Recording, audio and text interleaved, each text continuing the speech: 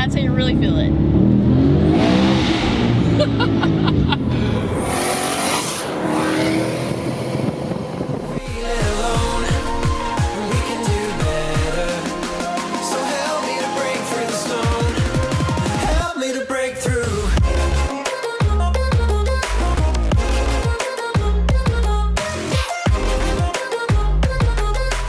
Hey, what's up guys? I'm here with Stephanie from American Muscle in your beautiful freaking twin turbo Coyote with the Helion kit. And your motor's stock, your trans is, well, you've been through what, 3?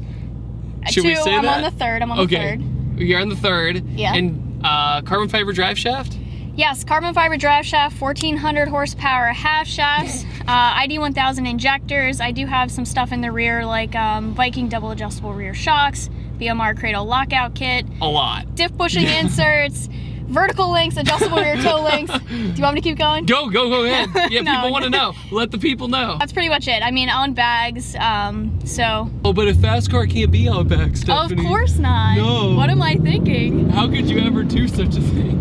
You got GT350 wheel. Yep, and shift knob. Shift knob, which Yes. gives it this like placebo, like I'm in a 350, which is nice. I love the steering wheel. Now that I've got it, I don't think I could ever go back to a stock Just steering having wheel. a nice suede, yeah. Yeah, and just a nice place to hold. S550s in general are just a nicer car inside I compared agree. to the other cars. I agree. Compared to like my 13, the 13 feels ancient in comparison inside. And to be honest with you, I have a hard time getting comfortable in an S197. The S550 to me is completely comfortable. Yeah, it really can be. But you know, 6-speed, all that good stuff. But so the Helion kit, you've been telling me all day, David, you have no idea. All you do is install it. You just bolt it in, essentially. Yeah, So is it really that easy? Yes, I love the Helion kit because there are no permanent modifications. I mean, there's one coolant hose that you need to cut, but I mean, it's a coolant hose. You can always go back and order a OEM coolant hose. You can go down the street to AutoZone if you need to, you know, just Worst something case. simple. Yeah, worst case scenario. Yeah, exactly. I mean, the kit literally just bolted on, and now I have a pretty high horsepower daily driver that's still completely reliable. I still have all my air conditioning. You did some passes down the track, and it was your first time ever, and you still ran low 11s. Like, that's insane. I had one successful pass down the track before I blew my carbon fiber drive shaft. There's a lot to say about that. Yeah. I knew why it blew, but yes, you're right. My first pass, I was pretty happy with it. My first pass in an IRS car ever, I mean me personally. Yeah. I've been driving solid rear axle cars up until I got this car. I ran an 11.3 at 133 miles an hour, and Which is fast. That's a fast time. I'll take that for a first pass. Yeah, especially. I mean, IRS is a little bit trickier to get off the line. There's all that, but like people who rag on that, I just don't get it. It's easily a 10-second car with the trap speed. Oh, for sure. But just practice. And drag racing's all in that first 60 foot. So Of course. I think it's almost easier to look at your trap speed and be like, oh, this is what's possible. Now I just need to get there. Right. Yeah, I had a 2-second 60 foot on that pass. Oh, dude, you have so much room Horrific. to grow. That's what I mean. Yeah, It's you have so horrific much 60 room. foot. And that's okay. When you look at your car when it's, you know, frame on the ground, it looks so good. I love the look of a car like this on the radial. I can tuck the rear fender, and honestly, people say, why don't you run a street tire? Because I drive my car so much as a daily driver. Yeah. I have to have the radial with the amount of horsepower and torque that this car makes. I've driven it on a street tire, and it's not even worth it. It's a mess. It's not Yeah. fun. All it does is spin, and it's out of control. The radial, I love it. I can go wide open throttle, which I'm gonna try to get you to do. Oh, give me a break here. See, that's what it does to me too. That's why I love it. Awesome. Did you see it? So 4 years ago, when I came to American Muscle, it was like one of my first like gigs ever, right? I was so excited to work with you guys, and I drove your guys' Pro Charge Terminator, and I did the exact same pull under the same Okay. bridge. I saw that bridge, like that's my bridge.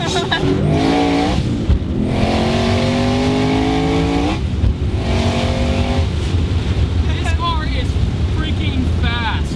Holy crap, Stephanie. I know. I love it. See? It does. Oh my God. Okay, I've driven a lot of Mustangs. I mean a lot of Mustangs. And this is the 331s in it? That feels like a 410. I know, it has a 331, you don't even know it. The car just pulls forever. You didn't even go all the way up to the top end of the RPM range. You didn't even really bang gears. That face, I have not gotten in a long time. Yes. Because I do pulls in so many different cars. I did the GT350 with twins on it, right? Right. But it was due to how high it revs, yes. It has this very progressive so linear power. So it wasn't scary, it's scary, but it wasn't as thrilling, I guess you could say. No, this is nuts. That's what I'm telling you. It spools instantly. It's fully spooled at like 3,200 RPM. It's only on 10.5 pounds of boost. I really want to turn the boost up. I mean, this is on 93 pump gas, 10.5 pounds of boost. This is why I love the Helion kit. Everyone says, why did you go turbo? Why didn't you do supercharger? This is why you went turbo. This is exactly why. God. It's insane, and it's still an extremely reliable, great daily driver. This is so unlike so many things I've driven. It feels Supra-ish. Does that mean? Okay, listen, I'm sorry. I just got really excited when you said that because I have a Supra. And when after this car was done being built, I said I basically built a Supra. I had control. I was fine. Like the look on my face was, whoa, that was fast. Whoa, this is faster. Like your third and fourth gear feels faster than second. What's great about it too is you've R&D'd for other people, right? You've said, this is the weak point of this and this is the weak point of that. So, oh my God. Listen, you need to get on it right here. Do like second, third, fourth. Oh, traction control kicked in, I think. Did it?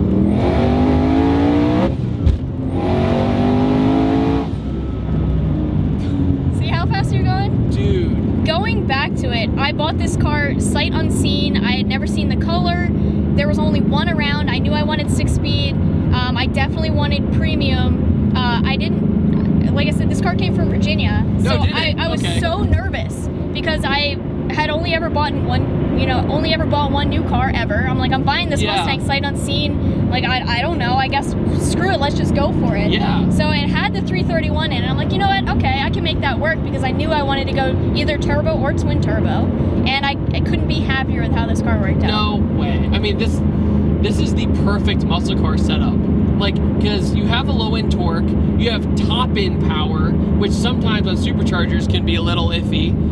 It just does not stop pulling. No. Ever. And I looked at the RPMs, it's this buttery smooth RPM, and you look at the Speedo's faster than the RPMs. I know. This car, I've had it now for almost 2 years, and it still puts a smile on my face, and I love it. Has the motor ever been opened? Like, nope. That's what I mean. Never been. Okay, you can't beat that. I really do want to do oil pump gears. Okay, that's fair. I don't have them. I would really, especially with the N2MB box, because it's also a 2-step.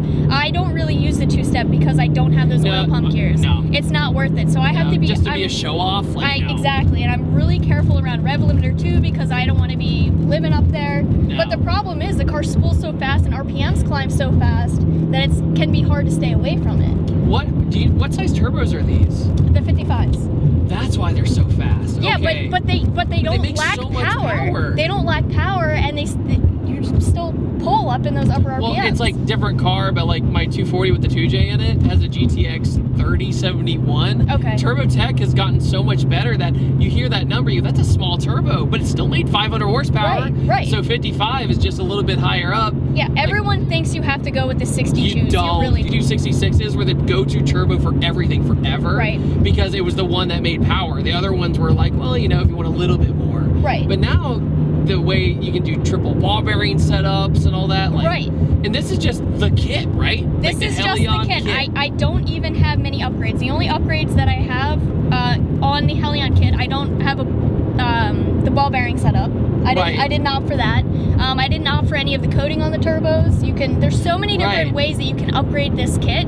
I basically have just the base kit and with the ID1000 injectors because they do offer a larger injector for you. So third gear, 60.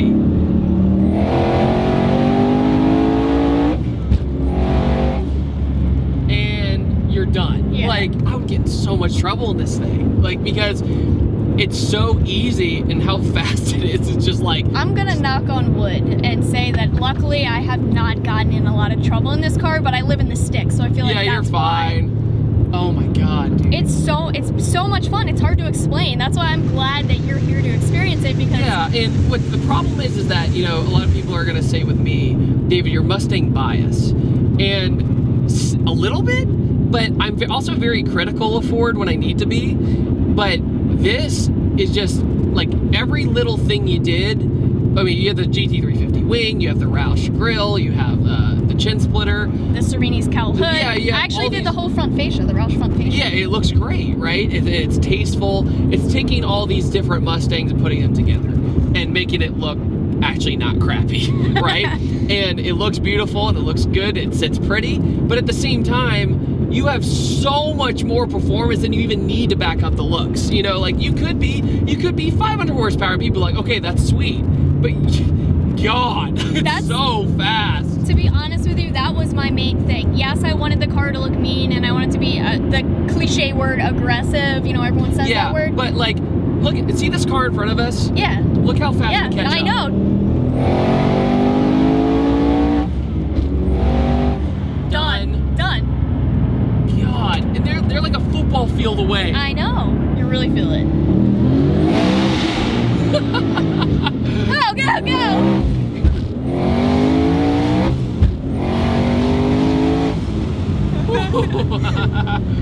And you were still taking it easy on the shifts. I know. I just giving it a beat. MT82. It's in Yeah, my I know. brain. I hear you. In my brain. You just want to shoot like.